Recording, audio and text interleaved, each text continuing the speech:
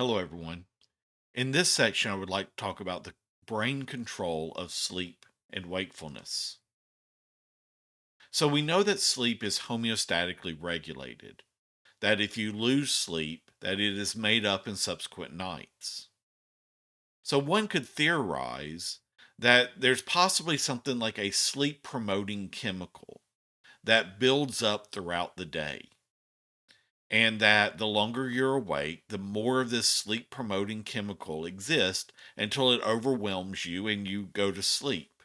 And then as you sleep, that sleep promoting chemical dissipates enough until you can wake up. Or vice versa, maybe there's a wake promoting chemical. And the wake promoting chemical builds up as you're asleep until there's enough of it to wake you up. And then the longer you're awake, the wake promoting chemical dissipates until you would then not have enough of it to stay awake. Now, if such a chemical exists, it probably doesn't exist in the general circulatory system like a hormone. We know that individuals who are conjoined twins can have individual sleep wake schedules, even though they share the same circulatory system. And then we know cetaceans who have unihemispheric sleep wouldn't be able to do this if there was some chemical that was in the general circulatory system where one half of their brain can sleep while the other half is awake.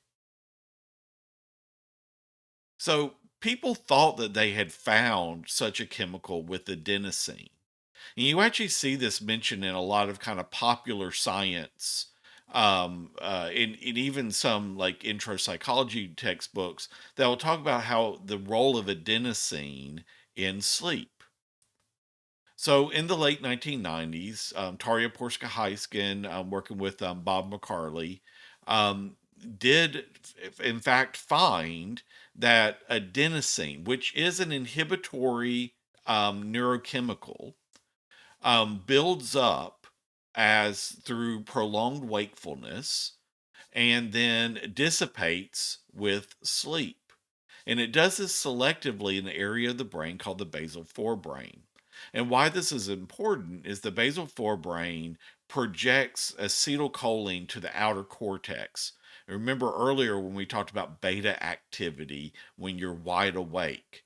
And these cholinergic projections are part of what keeps you awake and keeps you focused and attention. And so, if adenosine, this inhibitory neurochemical, builds up selectively and turns off that area, and it builds up during wakefulness and dissipates during sleep, then maybe this is the sleep homeostat that people have been looking for. Another piece of the evidence for this is that caffeine actually works by blocking adenosine. So caffeine doesn't wake you up by itself. Instead, what it does is it blocks the effect of sleep promoting adenosine. And so the theory went that adenosine is the A in ATP. ATP is the energy currency of our cells.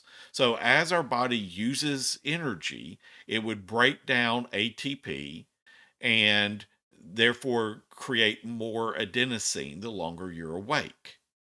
Then, when there's enough adenosine that would cause you to go to sleep, then your body's metabolism would slow down and then it would be able to rebuild its store of ATP so that it would have enough energy again. And so this was a really popular theory for a little while. I will admit this research came out right as I was starting graduate school. This graph right here that I'm showing you is actually why I got into sleep research. I read this paper, thought it was the most fascinating thing in the world, and this was originally going to be my first master's thesis until things changed. Um, so this was really exciting. However, in the almost 30 years since this initial research has come out, it just simply hasn't held up as the what causes us to go to sleep every night. This just the buildup of adenosine, while it does exist, and it possibly explains why we can't stay up indefinitely, why there's a point where eventually you will fall asleep. It is not the reason why every night, around 9, 10, 11 o'clock, whatever your bedtime is, that you get overwhelmingly sleepy and need to go to bed. So while it is an important aspect of sleep, it is not the reason that we go to sleep every night. So, what do we kind of know about the brain control of sleep? Well, there's an area of the brain known as the ventral lateral preoptic area, or called the VILPO. And this seems to be really important for the control of non REM or slow wave sleep. If we lesion this area, it will produce insomnia. And if we stimulate this area, it will cause drowsiness. I actually did some of this research when I was in Boston. And so you can see where I used a chemical to lesion the cells of the Vilpo. So you can see all those little purple dots or neurons. So you can see how there's much fewer neurons in the area of the Vilpo. And then you can see in the rodent model that I was using that they had they have about 50% increase in wakefulness and about a 50% decrease in their amount of sleep. But specifically non-REM sleep, their amount of REM sleep remained the same.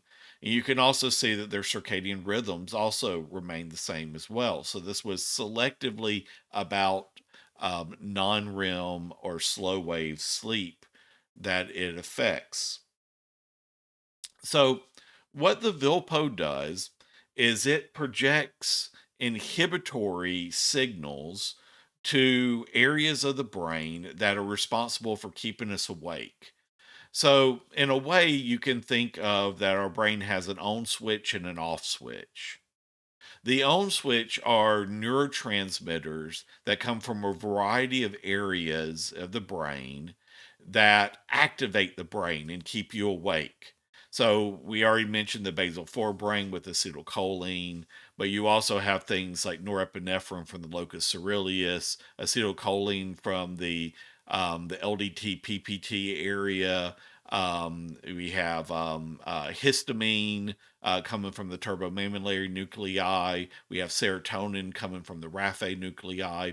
All these neurotransmitters are activating the brain and keeping you awake. On the other hand, what the Vilpo does is it sends inhibitory signals to the areas of the brain that keep you awake. So it inhibits the turbomammillary nuclei and the raphe nuclei and the locus ceruleus and the LDT-PPT. It turns those areas off that then allows you to go to sleep. And we can kind of go back and forth between being awake and sleep.